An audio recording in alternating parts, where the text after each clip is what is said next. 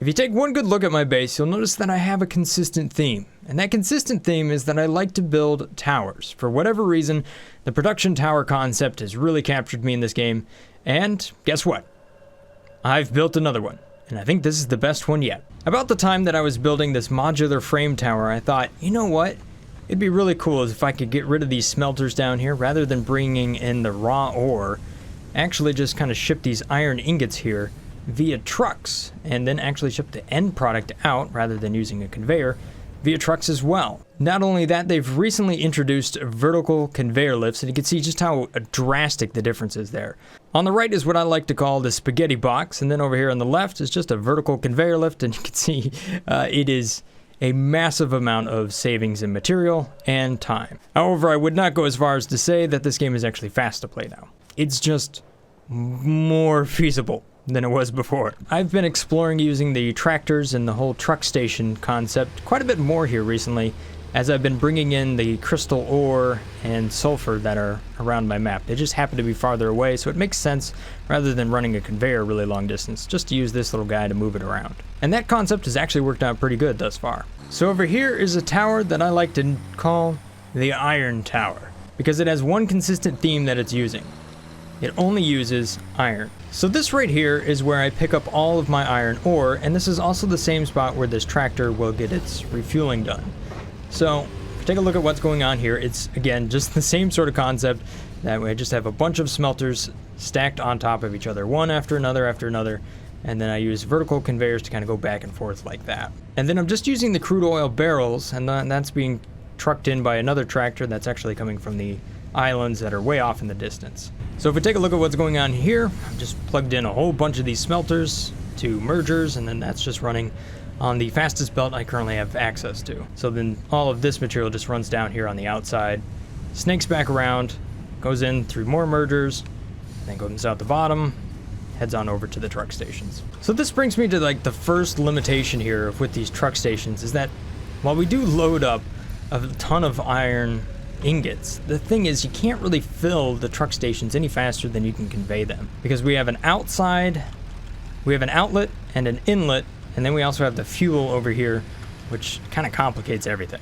One thing I think that would make the truck station a little bit more of a viable option is that when you go to set it between receive and send, when you go to change that, it'd be cool if both of these ports were either receive or send, rather than just having one in and one out. And if we really wanted to make things more efficient, you know, as a way to drop off fuel with the same truck and then kind of spread the fuel around instead of needing to have an additional station like I have over here. Like if we had a Mark II truck station that was actually smart, I think that would be pretty handy. Because then when we deal with one truck like this, we could potentially use one truck to kind of daisy chain the fuel between the different stations, rather than needing a separate station like this and then conveying it into, you know, this unit over here. That just kind of gets annoying. I would say getting fuel to your trucks is probably the biggest turnoff of using them in the first place. Another thing that would be super handy is if we were able to add more than one truck to the same route. That way if you have a really long route or many routes that would otherwise overlap, you just wouldn't have to worry about the congestion quite as much. So let's take a look at that calculator and kind of a flow chart just to see how this tower works. So over here you can see that I'm essentially using two different truck stations, and they're both serviced by the same tractor, but in a larger facility, maybe off in the future once they add the rest of the content, this could be kind of train stations or something like that. But I am shipping iron ingots right now because I think ingots is the right way to ship things around, because some ingots are far more dense than the raw ore that you put in. Iron is not one that really works that way because it seems to be just one-to-one. But for the concept of my base and overall, I think shipping the ingots is probably the way I'm going to do it. So all of the smelting and everything here happens somewhere else. And then once I actually ship it to the right location, that's where I then split it out onto one Mark IV conveyor, because that's currently what we have. And then I just split this off over and over and over again to all the different constructors as needed. So you can see here, based on my calculator, you know, I need 4 constructors to get to 15 reinforced iron plates and 4 alternative screws. So I'm not using the normal screw blueprint to get to this, because otherwise it would take even more constructors, but not like that would be really that hard to do, because there's plenty of space, as you'll see once I go level to level. Once you do the math, you'll find that reinforced iron plate works really good at 15 per minute, because all the equipment can just run at 100% right there, and it divides out perfectly. So what I chose to do here is 15 reinforced iron plate. That just becomes a byproduct that I can use for different things throughout my base. And then I also use 15 per minute down here as my number that feeds into the modular frame. That just keeps everything down the line here nice and clean, right? I need 3 assemblers, 4 constructors, 2 constructors for iron rods, and all that builds into one modular frame assembler down here, which is easy to overclock to get to 1.3. So that's just one slug. Now this calculator accounted for the fact that I might have some overflow, so I might want to make some plate or rods or screws that I could also make as byproducts and ship around. But the thing is, those are so easy to make, I'm not sure it's even worth doing, so I didn't do it in my base. So the other recipe I was able to find that just uses iron is the rotors down here. Now this one doesn't divide out quite as even, but it doesn't really matter because it isn't consuming a huge amount. So that's the first thing I service before I go and service the rest of this. Ultimately, I'm making 18 of those per minute. So you can see that I need basically 4 constructors for rods and, 5 for the screws, or, I could just overclock some things to get where I need to be there. It's not really designed to be completely 100% efficient. It's just meant to be pretty close. So in a flow chart, this is what it looks like. You can see basically follow the arrows, and that's what the conveyor is going to do. So now that we know where stuff is going, you can see that we're dropping off into that location and this one over here. So this one is going to be feeding basically a reinforced iron plate and the modular frames as well. You can see once it goes over there and starts picking it up, you can see all of this iron is flowing out, and then it heads on over here to all of these vertical conveyors. Now I have found that just because there's vertical conveyors make things quite a bit easier, it doesn't necessarily mean that it doesn't end up complex once you get high enough in the air. So you can see with this line right here, I had to come down and then go over to the left, then go down more and go over to the right, and then go way back down. And that's all so that I can actually bring out the stuff that's way, way up there on like the 9th story. So ultimately, when I go to do this again, I think I might do a little bit of a different concept here and just do a double layer wall, essentially using like an elevator shaft to bring things down. So this would be the stuff that goes up on the inside, and then we could just kind of jump through that hole right there and bring the material down on the outside of the building. That way, when your conveyors are fighting for space to go up and down on the outside of your building, it's a little less of a brain teaser to figure out what's going where. A little extra space can go a long way. Now, you might be able to just build these vertical shafts actually inside the building rather than just building this, block thing that I got going on here. This thing is not really designed to be a very sexy building, but you can see if we were to cover certain things up on the outside, it potentially would have a more aesthetic look. But you know what? Everything in this game seems like a one big giant box, no matter what you do. Okay, so now that we know what's going on the outside of the building, let's follow these ingots up as they get processed here. So this is kind of my elevator. I just use a bounce plate and then kind of a vertical wall there just to kind of make it nice and easy to go up. And you can see up here, yes, this is the first thing I'm building, plates. So plates just gets made and then it finds its way out to a vertical conveyor.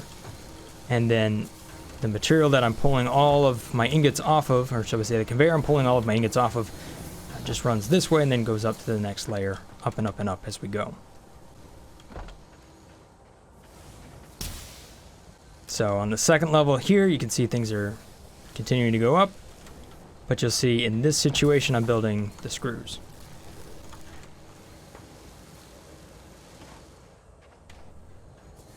Now, it'd probably be the right idea to put the assembly level right here because that's what I was going to do next, but I didn't. So this is actually the next kind of assembly line over here.